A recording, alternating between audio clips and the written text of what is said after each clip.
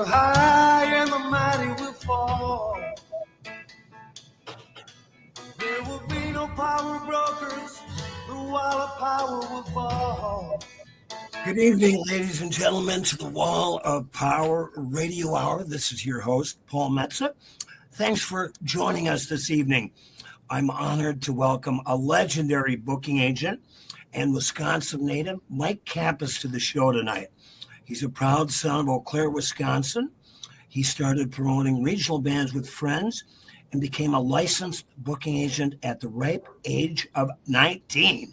In his early years as a booker at an agency in Milwaukee, he booked artists like Asleep at the Wheel, Jimmy Cliff, Chuck Berry, Sonny Terry, and Brian McKee, as well as jazz artists like Weather Report, Rashawn Roland Kirk, George Benson, and rock acts like the MC5, Styx, and Ted Nugent.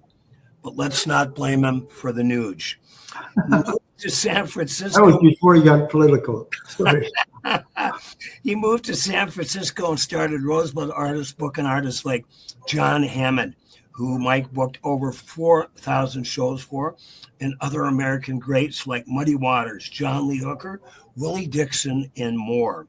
Over his career, Rosebud artists have earned 116 Grammy nominations, 28 Grammy wins, 10 Rock and Roll Hall of Fame inductions, 7 Lifetime Achievement Awards, and 21 Blues Hall of Fame inductions. And on a personal level, my band Cats Under the Stars was one of more than 1,500 acts that sought representation but were refused from Rosebud.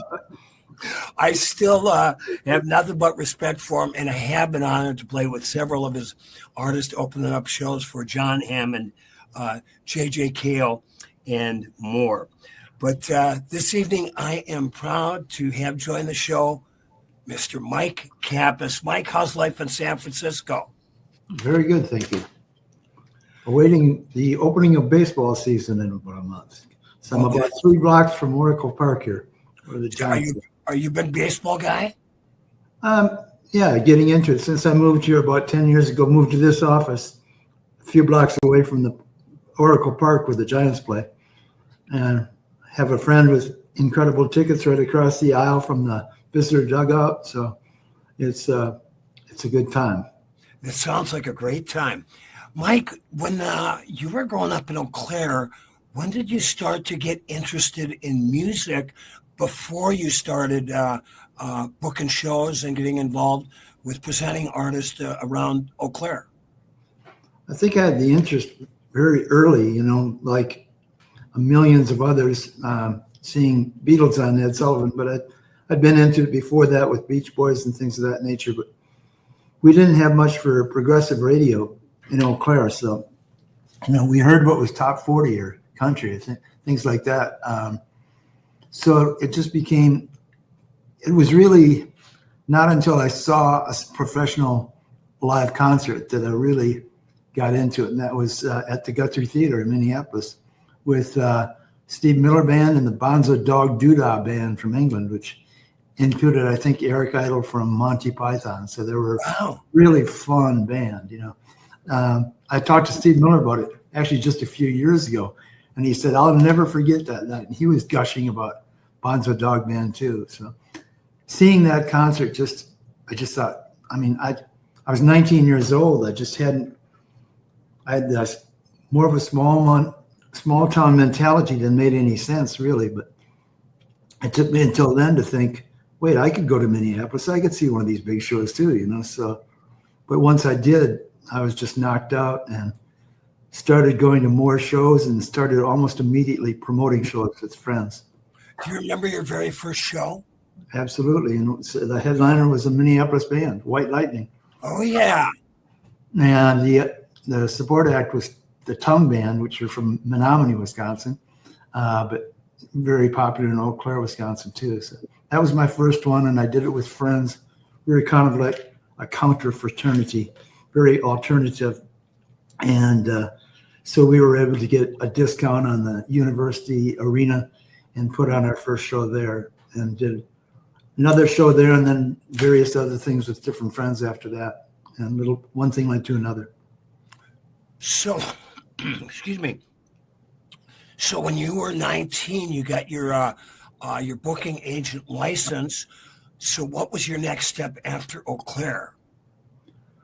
Well, first of all, in Eau Claire, I was in touch with some booking agencies, and I was just excited about being part of the music business. And you go to a show and you realize that show maybe it wouldn't have happened if you hadn't, been part of it and made it happen. So I booked shows in small towns around Eau Claire. Some local bands asked me to help them, so I got them into community youth centers and things of that nature, kind of helping both sides. And then an agency in Milwaukee invited me to come down and join them. And you named off a number of people that I worked with in Milwaukee. Now, just to clarify, those are artists who I didn't book on a regular basis. The first group of artists you mentioned there with Russ on Roland Kirk and Asleep at the Wheel and those, that was people that we would arrange to book for our clients at festivals or colleges or other clubs, but I didn't represent them exclusively. The other ones you mentioned after that, Muddy Waters, John Lee Hooker, etc., I booked exclusively worldwide. I saw Muddy probably his last Minneapolis show, and I bet you booked it at the Union Bar, and I'm going to guess 82 or 83. Probably 82, because 83, he died on April 30th, 1983. I was his exclusive agent for the last several years of his life, so I would have booked that show, yeah. My band Cats and the Stars, then the Paul Metzer group, we the Union Bar, and of course the Caboose were really happening music clubs. I would imagine you probably worked with both of those venues at some point. Definitely. I was actually, I saved when I closed my agency. The University of North Carolina at Chapel Hill has a Southern Folklife Center, and they wanted everything. So I sent them off over 45,000 contracts. But I saved the top sheet, which was our just handwritten worksheet to write the contract from. So I was just going through my 1983 actually was a kind of formative year for me. So I was just going through those contracts and seeing Robleski's also. Oh, Walewski, sure. Yeah. And just seeing several of those Minneapolis bookings in 1983, as a matter of fact. In fact, I saw a great show in the mid 80s at Walewski's with one, I believe you were working with them at the time, the great John Lee Hooker. Yeah, definitely. John Lee was one of the first acts I signed when I started my agency, but I'd actually been working with him. When I was in Milwaukee, I did a lot of work with one club in particular, buying talent for them, in addition to my job booking regional acts and everything. And I'd contact artists and they'd say, well, sure, we'd love to play 2-3 nights in Milwaukee, but coming from the coast, it's not really that practical. So I set up a touring circuit basically for different artists. And with certain ones, it really lasted and grew into becoming, clients that I represented exclusively when I started Rosebud. John Lee was one of those. Mose Allison was another one. Eddie Harris was another one. People like that. And I had the pleasure of opening up for Mose Allison with the Cats at Williams Pub. Probably, I'm going to guess early 80s, 82, 83. Great show. All right. Yeah, he was an incredibly clever lyricist and a really cool person as well. And a huge influence on Van Morrison. Absolutely. And various others. Yeah. Young Man Blues that Mose wrote, The Who performed, it's on their Live at Leeds album. He had a pretty broad impact on a lot of people because he was such a great writer. Well, seeing as how it's legal now in Minnesota, I will admit to smoking a joint with Mose before his gig. Right.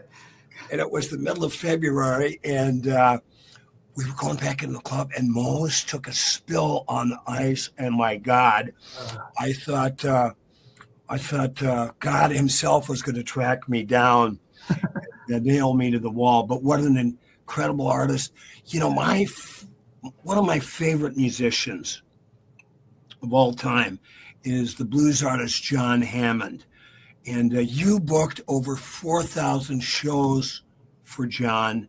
I consider him one of the most powerful solo acts I've ever seen. And I always refer to him as the cross between Robert Johnson and Elvis Presley, because he was such a good-looking dude, and I'm sure still is. But when's the first time you heard John Hammond?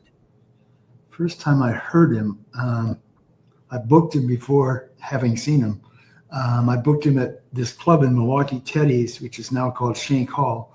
And I also booked a stage at Summerfest, and I booked him there as well. So one of those two places would have been the first place I saw him. And he just put everything into his performances all the time, just like he went into a trance, and stomping his foot and playing guitar, sounding like two people, and singing and playing harp, and just amazing. I mean, nobody could put more into a show individually.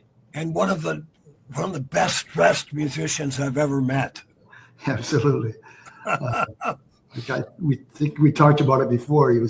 I saw him one time, and this is back in the 80s probably, and he had these great new shoes, and he said he paid $400 for them. That's probably about how much I spend on shoes every 2 decades or something. But yeah, he dressed very, very well. Very handsome guy as well. So. Oh, very. And I've had the pleasure of opening and meeting a lot of my heroes, but I don't know if I've met, with the exception of Hubert Sumlin, a nicer gentleman than John Hammond. Yeah, he was so unique. I mean, he put everything into the show. Plus, he was such a gentleman. I'm sure as a musician, you rarely come across a club owner, if the show doesn't do well, the club owner taking responsibility for it. But that would happen with John. They'd say, I got to promote better the next time. John was amazing. He couldn't have been better, but I got to promote better the next time. And they'd take the responsibility, because you couldn't have asked more from John as a performer. How many shows a year was John doing? When I started working with him, he was coming out of the Paragon Agency, which had Allman Brothers and Charlie Daniels and Leonard Skinner, people like that. So I think he was really, I don't know for sure, but I wouldn't be surprised if Dwayne Allman brought him into the agency, because Dwayne was a fan, and he traveled to Muscle Shoals one time in a borrowed milk truck to play on an album of John's. He was a real big fan. But John didn't, he was not a priority there. So I was really surprised when I started working with him and looked at his previous year's bookings and thinking, why are these things not being booked again and repeated? The clubs that he could go back to all the time. It was a pretty empty schedule, but we quickly got him up to speed, and he was about 250 shows a year he averaged. And yeah, just going through these contracts recently, I'm seeing NRBQ, the Nighthawks, and John Hammond. Each of them, I feel like I'm leaving somebody out too, doing over 200 shows a year on a continuous basis. Wow. So they kept us busy. Now, the last time we chatted, and I've heard from another friend of John's that he's working on a autobiography. The autobiography is done. Great. And they're just, going through the post-writing things, I guess, preparing it for release. There's also a documentary on John in the process right now. It doesn't have a home yet. It's not finished yet. And there was also just a 3-album or 3 CD set released on John, recorded in the 70s at the boarding house here in San Francisco. So all of a sudden, all at once, these things are happening for John. Well, and of course, his father, John Hammond, who I refer to as John Hammond Sr., the greatest American talent scout in the history of American music, as far as I'm concerned, discovered Benny Goodman, Billie Holiday, signed Pete Seeger, Bob Dylan, Bruce Springsteen, Stevie Ray Vaughan, Count Basie, the list goes on and on. And his son, John, also had an ear for talent. Hendrix did some of his first gigs with John Hammond. John had, I think, kind of hit Bob Dylan to the band. And was an early fan, and as he was of John of Duane Allman. But what an incredible legacy both those men have. Yeah, the thing with Hendrix is kind of amazing. And I came across one person who was there when this happened. Wow. But John was playing in the Village, and somebody told him about Jimi Hendrix, who was Jimmy James at the time. And they brought John over to meet Jimmy, and Jimmy probably knew of John. John was pretty happening at the time. And then shortly thereafter, maybe a day or two later, somehow Jimmy's gig fell apart. And so John invited him to join him for the rest of his week gig or whatever it was. And Eric Clapton had just finished a tour with Cream, and he was hanging out in New York, and he came down to John's show, and John invited him to join in too. So John had Eric Clapton and Jimi Hendrix in his band at the same time for about a week. It's pretty amazing. It is truly amazing what I wouldn't do to hear a tape of that show. While they were playing that gig, Chaz Chandler from the Animals was in the audience, saw Jimmy, was knocked out, and asked Jimmy about managing him, took him on as a client for management, brought him to England, and that's where it all started to happen. Wow. Once again, thank the great John Hammond. We've got Mike Kappes on. You're only going to hear stories like this on my show, and we're going to listen to a little of John Hammond and then come back with Mr. Kappes for 2 more sets. So don't touch that dial. Power Radio Hour. You're back with the Wall of Power Radio Hour. This is your host, Paul Menser. My guest for the whole show tonight, Eau Claire native and American music booking legend, Mike Kappes. Mike, I'm so enjoying these stories. So when did you move from Wisconsin, the dairy state, to San Francisco, and how did that come about? Well, first of all, let me say I didn't mention before, but thanks for having me. I appreciate it. I was living in Milwaukee and working as a booking agent, also managing a few groups and buying talent for a few particular nightclubs in Milwaukee. And I wanted to get into more of a metropolitan scene, and I was doing a lot of bookings for Eddie Harris, a sax player, and I had become his agent for everything except the West Coast by this time. And on the West Coast, he was being booked by the Keystone Music Agency, which was an offshoot of the Keystone Corner Jazz Club in San Francisco.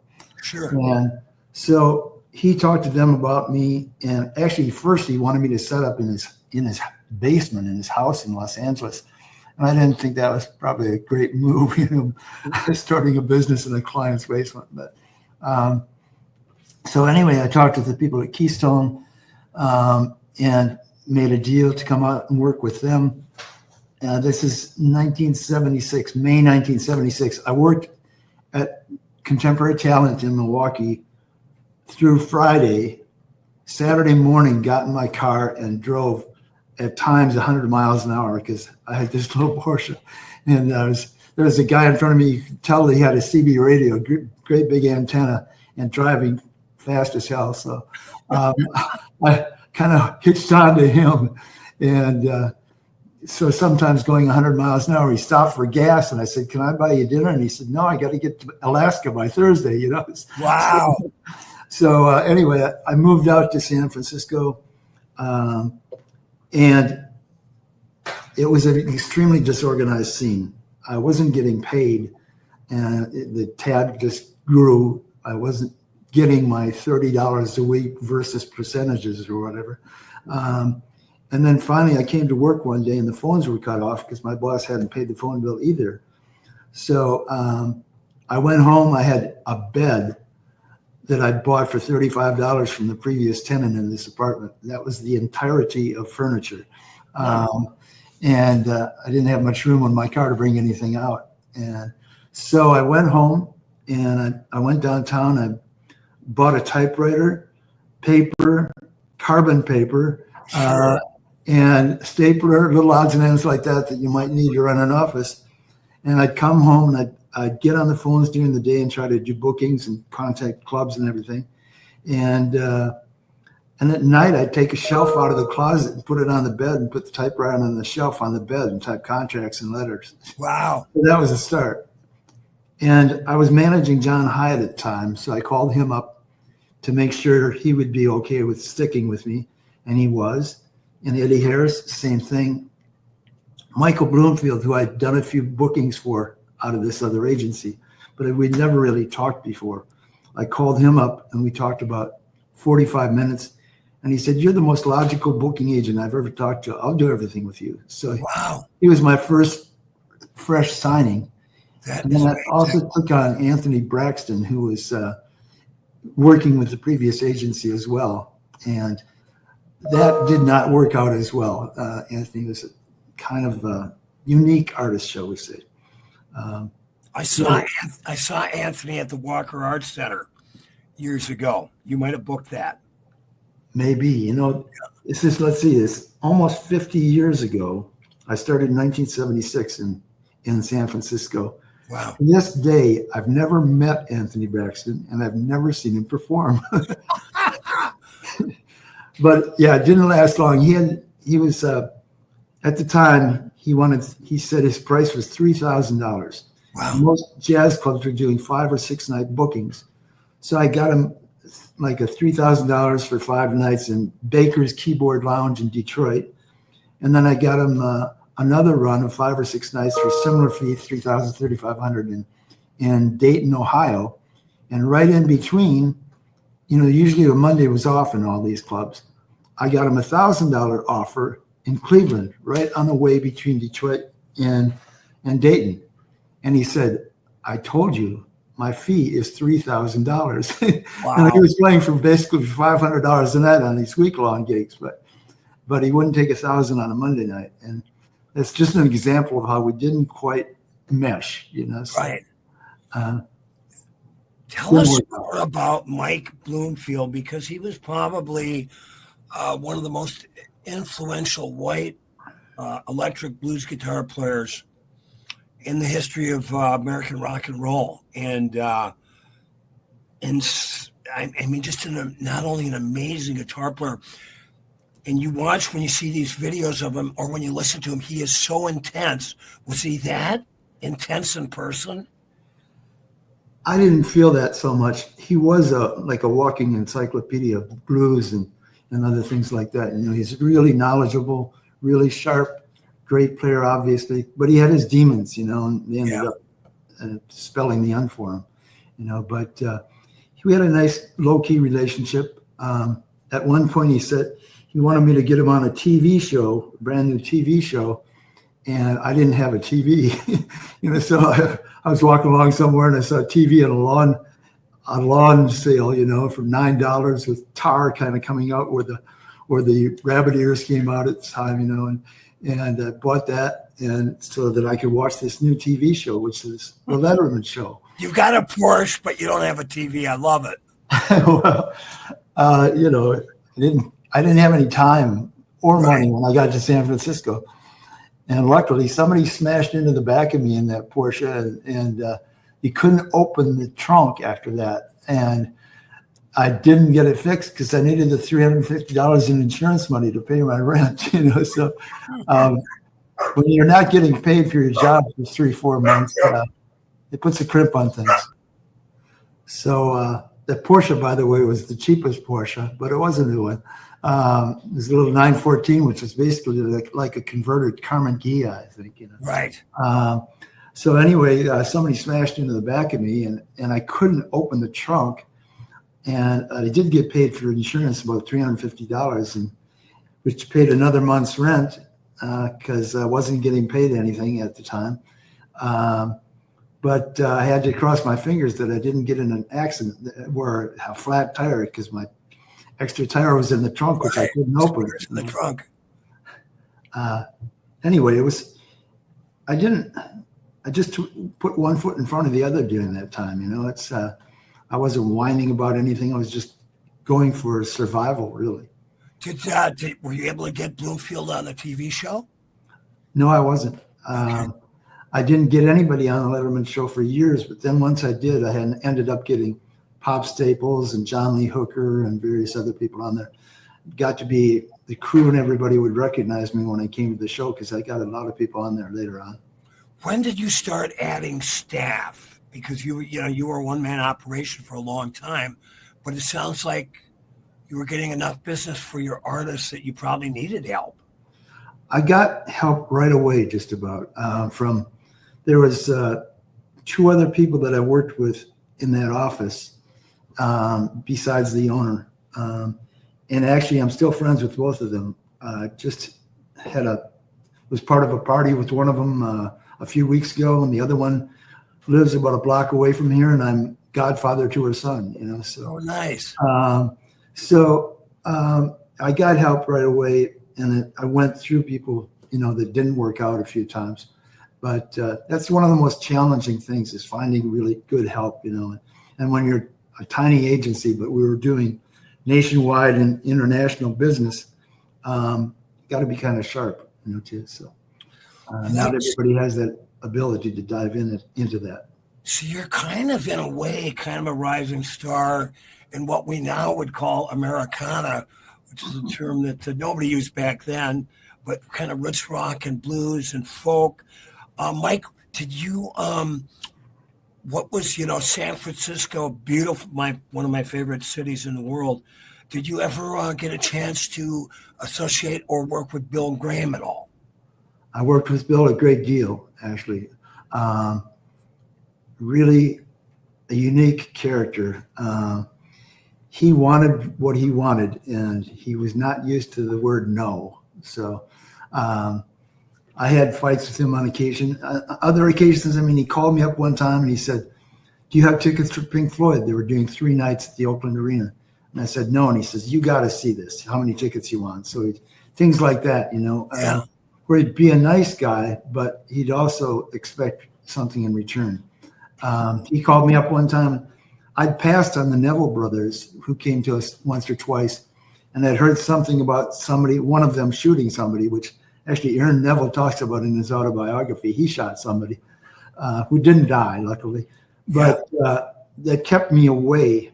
You mentioned about being one of the 1,500 artists I'd passed on. I was working 80 to 100 hours a week right from the start up until the end, and I just couldn't think about taking on any more. So we passed on about 1,500 a year, 1,000 to 1,500, signed maybe 1 or 2. So I would kind of be looking for a quick answer. So I hear something like that about the Neville brothers, and that passed, and I heard it about Curtis Mayfield, who's a letter from his lawyer just came across last night, as a matter of fact, asking me to book him. And I heard something like that about him, and it passed. But then one day, Bill Graham called me up and he said, "You got to take these guys on, the Neville brothers, Yeah. So I took them on. And then, after representing them for a while, I had them on a tour. Contrary to Aaron Neville's book, who said that Bill Graham did this was before Bill managed him. I got him on tour with Huey Lewis and the News and Jimmy Buffett and various other things. And Huey Lewis's manager, Bob Brown, wanted to manage them after this tour. And then Bill Graham had decided he wanted to manage them. So the band comes to me and says, "What should we do?" And I thought, and Huey Lewis had been really good to us in hiring a number of our artists to support Robert Cray and Los Lobos and others. And I thought, I don't want to be the guy who makes an enemy of one of these guys, either one of them. So I kind of withstood or did not offer them a decision on that, and they ended up coming with Bill Graham. Well, now I don't feel so bad that you refused to Cats Under the Stars, but it's totally understandable.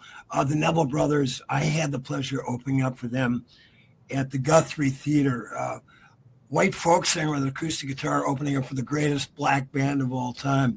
I love them dearly. In fact, we're going to listen to Little Neville Brothers and then get back for one more set with legendary booking agent from Rosebud Entertainment, Mr. Mike Kappes.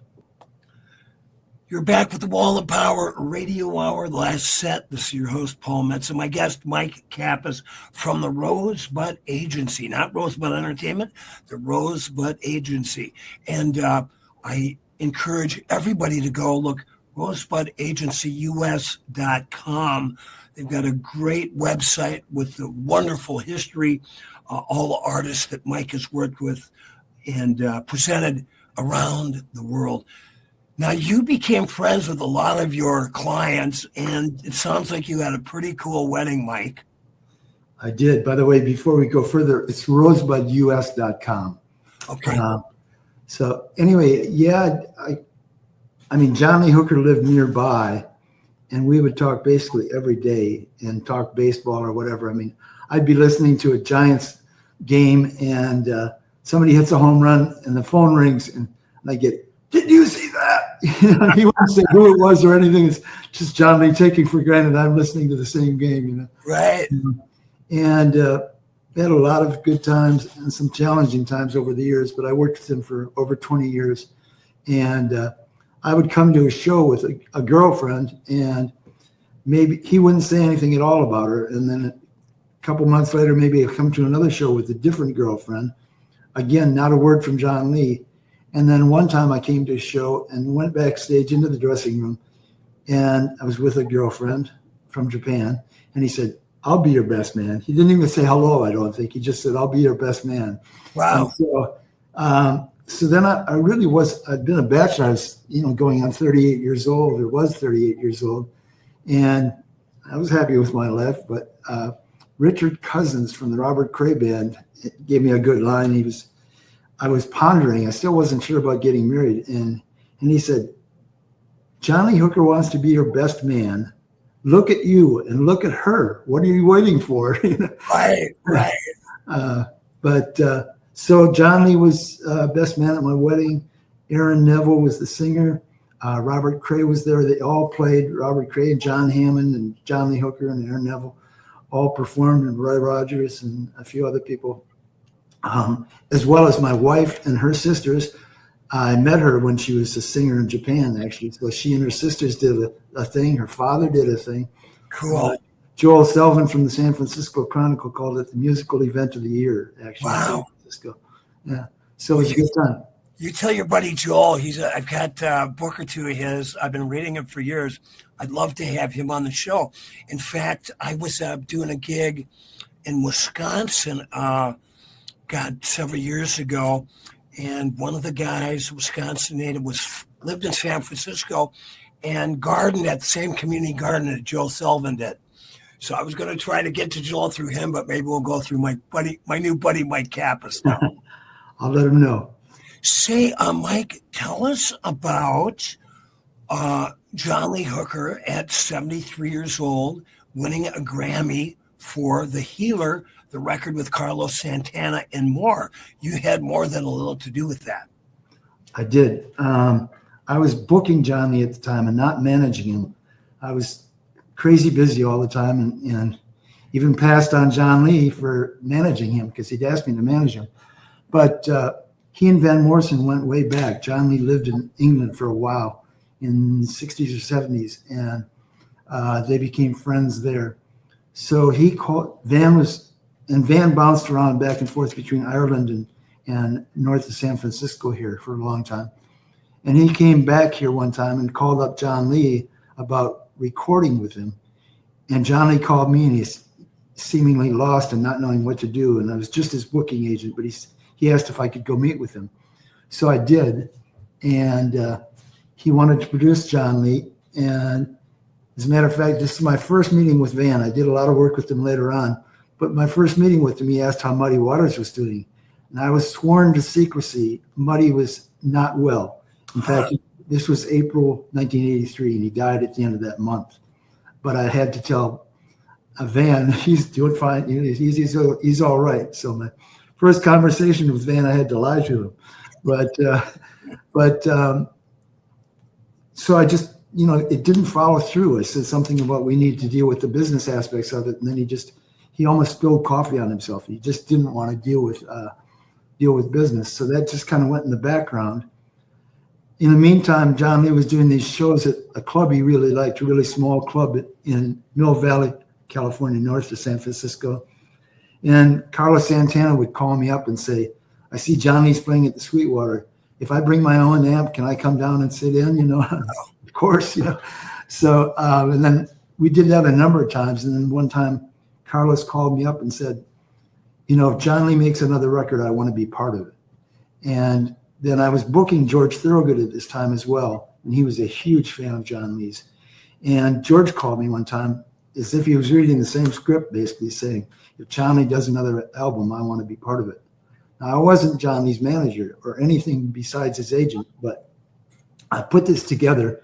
And I've been on the road with John Lee and seen him interacting with Bonnie Raitt, who he had a wonderful relationship with. And there was a long story that goes with John Lee and Robert Cray, Mike kind of turning John Lee on to Robert Cray before he got anywhere. And so I knew that he would be happy to do something. And I just thought, not as a commercial venture, not to make a lot of money, and not to pick out stars, but John Lee and his friends. Right. And for each one of them, for Carlos Santana to say, yeah, I love John Lee Hooker. Listen, this is me and John Lee Hooker recording together. And the same with Bonnie, same with Robert Cray and Los Lobos. And so that really the idea behind it was like an audio scrapbook to begin with. And by the time I finished it, I thought, this deserves a wider audience. This is a great record. So I worked really, really hard. There was like the Billboard charts at the time were made up of reports from about 170 different retail outlets around the country. We would call every one of them, make sure they had the record. Some didn't. We'd call the record company, please take care of them. They would say, we need a free in-store play copy. Call the record company, get them to supply those places, get them to get posters out to those places, things like that, which nobody else did, just that kind of attention to every single place. And VH1 was just starting to happen at that time. And Bonnie Raitt did not have a record deal when we recorded her. Neither did Carlos Santana. But Bonnie was, in dealing with the nick of time happening big time at that point by the time the record came out. And so we got 5-star rotation on VH1, their highest amount of rotation on all 3 of John Lee's first tracks. Wow. Carlos was the first one, and then with Bonnie, and then with Robert Cray. And it was a great story. He's over 70 years old. He was in the top 10 or 20 in England on the album chart, and just, it was a great story worldwide and changed a lot of things. It opened up record companies to thinking, maybe we don't have to only deal with people under 25 or something, and maybe blues has got a chance. How long after that did John Lee Hooker play? He played on a Saturday, I think, was his last gig in Santa Rosa, and he died like 3 or 4 days later. And how old would he have been then? He was 87. Wow. Nice run. No, 83, I'm sorry. Very nice run, John Lee. We've just got a couple of minutes left with my guest, Mike Kappes. When you look back at your career, are there any things that you go, man, and I'm sure there was a lot of them, but any that stand out and go, my God, I never would have thought I was able to experience something that beautiful? There's a lot of them, I guess, actually. John Lee was very special, working with Muddy Waters right up until the end and being a pallbearer for Muddy, spending time with them, just the two of us, with Muddy in his pajamas in his living room just before he passed, watching a movie together, which was Neighbors, which starred John Belushi and Dan Aykroyd, coincidentally, and being with Muddy in the hospital where he was telling stories about his kind of tongue-in-cheek competition with John Lee about and imitating John Lee saying, Muddy, I got me a Cadillac and it's got a telephone and or Muddy saying he got a Cadillac and John Lee coming back and saying, I got a Cadillac and I got a Mercedes, and they're each one trying to top each other, who got a swimming pool at their house first and all that sort of thing. And Muddy laughing and imitating John Lee in his hospital bed, Oh, it was, priceless. And actually, when I signed Muddy, the first gig I went to after signing him, and I'd booked other shows with him before, but I hadn't really had any one-on-one time with him. So I wasn't sure if he'd remember me. I came to the show, Chicago Fest. The manager said, "Did you talk to Muddy yet?" And I said, I thought I'd let him be until after the show. I didn't want to bug him right before the show. And he said, "No, go ahead." So meanwhile, the band has started playing already, the songs before they brought Muddy on.